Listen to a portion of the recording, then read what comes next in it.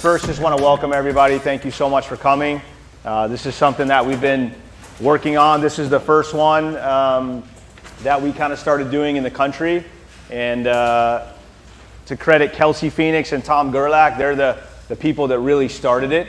And the vision really is, to encourage, empower, and equip coaches to go out and invest in the people they get the chance to lead, to point them to Jesus. Pretty simple, right? To put it down on paper, but it's really hard to do every single day because we all want to win desperately. We want to be successful. And so that's why we started this, is that we want people to feel there's coaches out there that have a great circle of people that are encouraging them every single day, and they feel empowered to go do that. And then there's others that are out there doing it on their own, and they have no idea. They don't have a circle around them. They don't know what that looks like every day, to have someone praying for them, or what it looks like to build relationships. And so everybody in here is in a different place, and at the same time, the genius is in the room. So I want to make sure you hear that we are not here, the last thing, and you will never see this on our mission statement, we're not here to tell you that we have all the answers by any stretch. All we're hoping to do this weekend is to add to what you already do. To encourage you to keep going on that, even when it hurts, because guess what? I've been doing this long enough now where I know that your players are not going to come thank you until they're 25 years down the road and they go, "Coach, you won't believe this, but I say the same things you used to say to me, to my players and to my kids."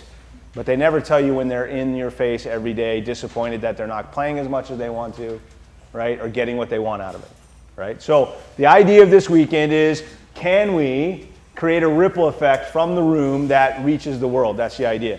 So MAI is the main sponsor and presenter of this, and I love this tagline they have, playing a game to change the world. The reason that we all do soccer, I think, is because we love it, but the idea that you can reach the world with a ball. And I've been all over the world, had that chance, and so when you take a ball, everybody runs to you, and I've also been in places where you break out the Bible and everybody runs from you, right? So that's the opportunity you have. So when you build those relationships with people through a game that everybody in the world loves, you have a chance then to share the gospel and something they need more than anything else, all right? So just a couple of things we're going to talk through. This weekend, what we want you to kind of get out of this is we want you to think about how you coach, why you coach, why do I coach the way I do, why does it feel like to be coached by me, and how do I define success? That's the idea of the weekend. So this is from a great book by a guy named Joe Ehrman. These questions helped me change my coaching philosophy, who I was as a coach. It wrecked my identity. This one right here, the old, how does it feel like to be coached by me? I got told by a player, it's pretty scary. You're pretty intense. That's not a great comment to hear as a coach, right? So I realized, whoa, what am I doing? Now, I've been all over the place. I'm older than I look. I've coached Division I. I got fired. I got that great experience, right? Everyone tells you if you haven't been fired, then you're not really a coach. Well, I guess I'm really a coach. I got fired. Right? But the idea behind it was that what I felt and saw was my identity was completely and totally based on how people looked at me, including my players. I wanted them to think I was a good coach. Right? If I got that comment, I was like, oh, I arrived. I could sleep well at night. If we won, then I was a good coach. That was my value, was totally based in that. So everything I did was pointed to that. I was a complete and total user of players. So how did it feel like to be coached by me? It felt used. They felt used 100%. If they weren't doing what I wanted them to do on the field, they did not feel valued. I said all the right stuff, but I certainly didn't do all the right things. And then, how do I define success? So to me, I define success through the impact I can make on people to help them grow in discipleship and faith and impact the world, because they're going to go on to do great things. For me, I just realized that was the total opposite. For years and years, I was a sneaky guy. I could kind of get away with stuff. You know how you always see things, for those who have kids, you see the bad things that in yourself and your kids. One of my sons he is the ultimate sneak, but I know when he's sneaking because it was me, right? I see him every day. I know I'm the master manipulator. So what I started to discover was I talked a good game, but when I was really coaching, my success was, and my manipulation was based on how good of a performance can I get out of them to now help me win. That was the sole purpose. I define success through that. Being valued, being held up on a pedestal, and ultimately manipulating them so I got more wins, so I feel better about myself and I got that next job. That's what it came down to. So I got wrecked. God came into my life in a big way, and that's honestly part of why you're here today, is because that direction helped me realize and recognize that how many other coaches are out there doing a great job, but don't realize how much more they could be able to do. So I got a little video here. Might need a little help with my volume. It's a great one. If you don't know, anyone want to give a quick recap? I feel like Manchester United fan. All right, go for it. I was thinking you would. Go for it. Yeah, give us a quick the 99 game. Yeah, the 99 game is the last day of the season. They just won the FA Cup on the Saturday before. They won 2 of the 3 trophies they were going for. No other team at that time had ever won a treble. So they go into the game in 99. Plus they lost their captain. He was booked in the semi-final. Played the game of his life. It's just a season that you can't even describe. So anyway, the game goes on. They 1-0 down. There's 3 minutes to go. The assistant official holds up 3 minutes. They 1-0 down. The game's over. I'm pretty much done. They're done. Everybody's leaving. Next thing you know, they get a corner. They score. They equalize. Everybody sits down. And I remember sitting down going, all right, let's get ready for the extra time. Well, they go up the field again and do it again. And that guy right there. And Solskjaer has won it. And he scores with about 30 seconds to go and they win the treble. And I completely lost my mind. Okay, and it seems like... And it was the year that I actually moved here too. So about 3 weeks after that game, I moved to the United States. So it has a lot of relevance for me. Good. What a great start, and that makes it look like we planned that, but no, we didn't. Well done. Good. Okay. All right. Here we go. Let me check my volume. Great. Last game against Tottenham, I'm not playing. Substitute again, like he always put me. But at half time, it's 1-1, and he takes a striker off, and I'm thinking maybe I'm coming on, but no, he puts another one on, Andy Cole, and he says, but just keep on playing like you do, boys, because his team talks were brilliant. I felt he was talking to me all the time. But this time he says, and if we don't score, I'll put Ollie on the last 15 minutes and he will get us the goal. So I'm like, but Andy comes on, scores after 4 minutes, 2-1, we win the game 2-1. I don't come on the pitch, but I still remember again, I felt the happiest of everyone. We won the league, but he said that about me. He trusts me to do that, but he didn't need to put me on. But it's true. And then I played the FA Cup final, and it was, I felt, it's not our priority because it's the Holy Grail, it's the Champions League. Next game, so I more or less knew I was going to play. But that's the feeling he got. Everyone felt involved, and he trusted us. He played me in the final. An FA Cup final is a big game. Then it comes to the Champions League final. We're not really good, losing. Half time, he starts talking to Teddy Sheringham, another striker that he was going to put, that was on the bench, but he puts him on after 70 minutes, and I'm really angry. 10 minutes before full time, all is on. I get this goal that he told us about 10 days before. And I think what he did 10 days before got me to believe and maybe feel so important that I think that gave us that winning goal in 99. So I've learned a lot about talking forward and telling people that you get your chance. So to me, that's why I coach. Man, I would love to have one of my players say that to themselves, that I believe in who I am and what I do. I see my value, even though I don't get exactly what I want in that moment. Love that comment. Love the idea that I think I scored that goal because of what he told me 10 days before. That he saw me. There's a couple of key things in there too to pick up on is his team talks were brilliant, or of course Alex Ferguson, we all know that. But he said little things like, I felt like he was always talking to me. That was because he had a connection. The expectations were also clear. I know you can do it even though I don't choose you today.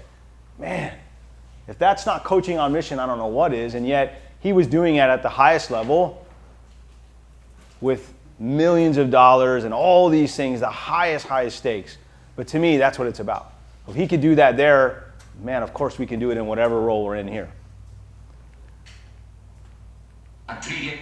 So real quick, with someone next to you, again, one thing we want to really bring in is our hope is that we serve you this weekend. That's what we hope for. We hope that you feel incredibly valued, but we hope too, part of this is we want to give you connection with other people. There's a lot of different people in the room from all kinds of levels and sizes, ages, right? Every different dynamic of coaching. And so we want to make sure that you get connected this weekend. So when you're here, I hope that you're also thinking about being humble in that I don't really care. We didn't put your school, if you'll notice, or what level you coach at, or how many licenses you had. We just put your name there because we hope you're a coach on mission. So when we're in the room, it's humility, right? And then we hope that you're curious to see how many people I can get to know, how many people I can encourage, how equipped I can be. And then the last thing is, can I make sure that I'm enthusiastic about every single moment? So we're going to ask you to do some things that are probably outside the box that you ask your players to do. I'm not going to make you move around right now because it'd be way too difficult with all the chairs in. But real quick, just turn to someone you kind of around you, maybe a group of 2 or 3, and just talk about one of the most fulfilling moments you've ever had as a coach. Right? You got 2 minutes, ready, go. Got to get going, it's 2 minutes. Do it quick. Group 2 or 3. That's okay, someone around you is fine, yeah, good, good.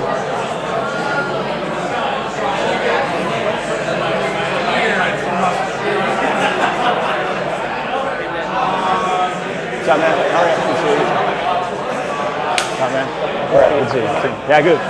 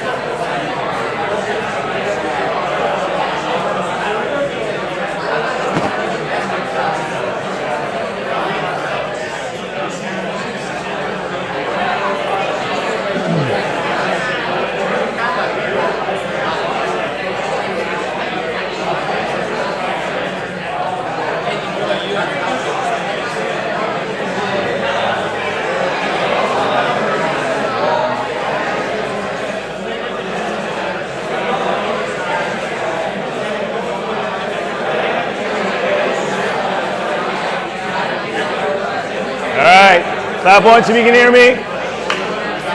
Twice if you can hear me. 3 times if you can hear me. Twice if you can hear me. 3 times if you can hear me. Beautiful, good, good, excellent. Man, I love that kind of stuff too because you could just see everybody get excited. Man, I think that's what you always have to remember as a coach, especially in our game. Right, I have Jake is a good friend of mine, and we're on staff together at Liberty, and he taught me a good lesson. He said that, and it was someone else taught him, he said that the game of soccer, he had an AD that he worked for, and the AD told him, man, I love soccer. And he's like, no, you don't, you're a basketball guy. And he's like, no, I really do. And he's like, why? And he said, it's like life. You know, you can do everything right and not win, and you can do a lot of things wrong and still get the result that you don't deserve, right? But it's important to remember that. So when you think about the highlights, that's what you want your players to remember. So I just saw the energy go up in the room all of a sudden, and we all know coaches, we all talk a lot, right? We all know that, right? But that was brilliant. So, okay, last little thing, thinking about the 4 questions. So that's one thing to kind of keep in the back of your mind all weekend as I'm thinking about, and to quote Graham West, we're going to pull this thread all weekend. What is your coaching philosophy? What's your identity as a coach? How do I coach? What does it feel like to be coached by me? How do I define success? That's the idea. We're not going to tell you how to do that, but the idea is, can we challenge the way you're thinking? Can we challenge the way you're thinking? My guess is every single person in this room is doing this 100%. I mean, you're coaching to win. That's what we want to do. It's 1.0. You think about levels, right? I try to teach and coach in ways with our team now that they think about video games. So you're trying to level up, right? Trying to level up. Okay? I played Atari when I was a kid, so I don't know what that means, but right? Winning and understanding people. This is the foundation of coaching. You're trying to win games and trying to understand people, and this was me for years. How can I understand people enough to get myself to win more? Can I manipulate them? Can I give them the right books? Can I say the right things? Can I create training sessions? Can I build confidence in them solely for the purpose of winning? The next level is I coach to develop character and leadership. So the idea is, you want to win, you want to understand people, and then hopefully, because the environment that we're all in and the fact that you're all here, like I said earlier, well done being here, because you're looking to stretch yourself. You're trying to grow, right? You're going to be a little uncomfortable maybe with some things you think through, but it was uncomfortable to get here. It would have been easy to stay at home and be like, I got all this figured out. So the idea is, can you now get to another level? Can I develop character and leadership on my team so that now, if I wasn't there on a day, what would it look like? Could the people that I'm leading step in? Do they have the character to do that? This is the one where I didn't know I could get to. This is the one I didn't know. Now, I worked in secular environments my whole life. I got to play for the Eagles for a while. I was a player, though, who happened to be a Christian for most of that. And on the back end, I was a Christian that happened to be a soccer player. And then I went into coaching. And honestly, it was super easy for me to be a Christian coach in a secular environment. Because I didn't curse at my players. I was honest. I acted with integrity. I didn't cheat. It was easy. Honestly, it was really easy. And then I got into an environment where more was requested of me. Connection, right? Opportunity to disciple and create a culture that integrates faith through sport, which is incredibly challenging. But one thing I've discovered over the years is, man, it's so rewarding. So rewarding if you can get them to understand that their identity is not based in how much they play, that they're more than enough, that they can't be perfect, that they're going to fail, and you still love them. And their identity is not based in that. So this idea of every player, I can guarantee you this, in my opinion, there's two worldviews, right? You have this scarcity worldview that I'm always fighting to try and prove that I'm enough, right?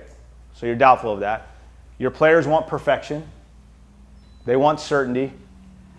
That's what they want. And so what we're fighting for is to help them know that you're more than enough. You're not going to be perfect. You're going to fail, and that's okay, right? That there's going to be mystery out there. That's where faith comes in, right? And then now what you get to do in that is you get to fail and you get to strive and you get to go for it because someone loves you more than you can ever imagine. Rick's going to talk about the gospel. The gospel is based on the fact that you don't deserve it and yet you get more than you can ever imagine. That's the beauty of it. So when we start to integrate discipleship and faith, the idea is, can we help them stay in a worldview where they're more than enough? That expect mystery, expect failure, expect that, it's going to be okay because God made you exactly who you are. Man, I would love to be 6'3". Oh my gosh, I always tell people, if I had a different body, a lot of people wouldn't know me because I would have been a way better player. May or may not be true, but I wasn't super fast, and look at this little thing that God gave me, right? But if I could understand, which I finally do today, that God loves me for exactly who I am and He made me and I'm more than enough and I'm going to fail, and there's mystery in that, but I get the courage to step into that, and that actually is what makes me amazing in Christ, is that I step into that. When I fall down, I get back up. That's discipleship to me. Can you walk with your players when they don't think they're enough? When they're afraid of what's coming? Then they operate in fear. Can you be there to give them the courage in that? Can you walk alongside of them? To me, that's how you integrate discipleship and faith through sport. That's what the weekend's about. 4 questions. Why do you coach? Why do you coach the way you do? What does it feel like to be coached by me? If you think about that one's kind of scary. At least it was to me. How do I define success? And then, where am I at on the spectrum? Where am I at on the spectrum? Am I thinking through this? Am I putting in a culture of discipleship? And honestly, if you think about yourself, I'd also request that you ask, okay, are the things I'm doing, they look good on paper, but where's my heart? When no one's in the room, am I having them read a certain book because I want an outcome, not because I want them to grow and develop? That's a question. That's the point of the weekend. So, humble, curious, enthusiastic to see humble to receive, curious to learn, enthusiastic in whatever comes our way this weekend. Okay? And that includes a super hot training session. Okay, we're going to go outside now. So a couple of logistical things. We've got QR codes taped on the back. If you click that QR code, all of the presenters' information will be put on there. Those guys have been a little bit slow. It's okay. We'll work that out. They'll get those on there so you can access stuff later. So great to take notes, but you will probably have access to almost everything they'll present up here, including the final slideshow. Okay? There's water. Is always going to be over there. We'll have some snacks out. Food stuff, you guys can grab that. All the meals will be catered, pretty similar to what we're doing right now. Okay? Bathrooms are located kind of back down that hallway. There's some on this hallway, and there's some around the corner. And those are full. There's also through the indoor center, there's also bathrooms on that backside. Okay? All of our meetings will be in here. And the field sessions, if you go out the back door, which most of you came in, you walk straight to the back of the parking lot. You'll go through this nice little path that Graham created, and there's a beautiful field back there. That's where the field sessions will be. Okay? Those will be videoed and mic'd up, so you don't have to take notes on those unless you really want to. Each of the presenters will also provide a training session plan that will be put on Dropbox eventually as well. So really you can just tune in and kind of pay attention to what's going on if you want to. You can get the information details later. Okay? After those, we'll come back in. Sorry about that. Everyone's probably going to be slightly sweaty, but we'll try to make it work. And then we've got a couple of lectures, and then we've got a meal tonight at a place called Collective Cafe. And we've got a real treat. A guy named Alan Nixon's going to be on a Zoom call, give us some really cool ideas. Alan would be here, except that he went and did some stuff in a closed country. And then when he tried to get a U.S. visa, they said, no chance you're coming in here. Right? So he's going to be on a Zoom call, which is pretty nice. Okay? All right, if you guys would as well, please wear your name tags. A lot nicer to go, oh, hey, how you doing? Introduce yourself instead of saying, what's your name again? That'd be really helpful. Anything you want to leave in here, you definitely can. All right, certainly suggest taking a water out with you so you have something while you're out there. And then we'll come back in and get a few lectures in. Anything I forgot, Graham or Rick? Good? Okay, good. Let's head out there and get going.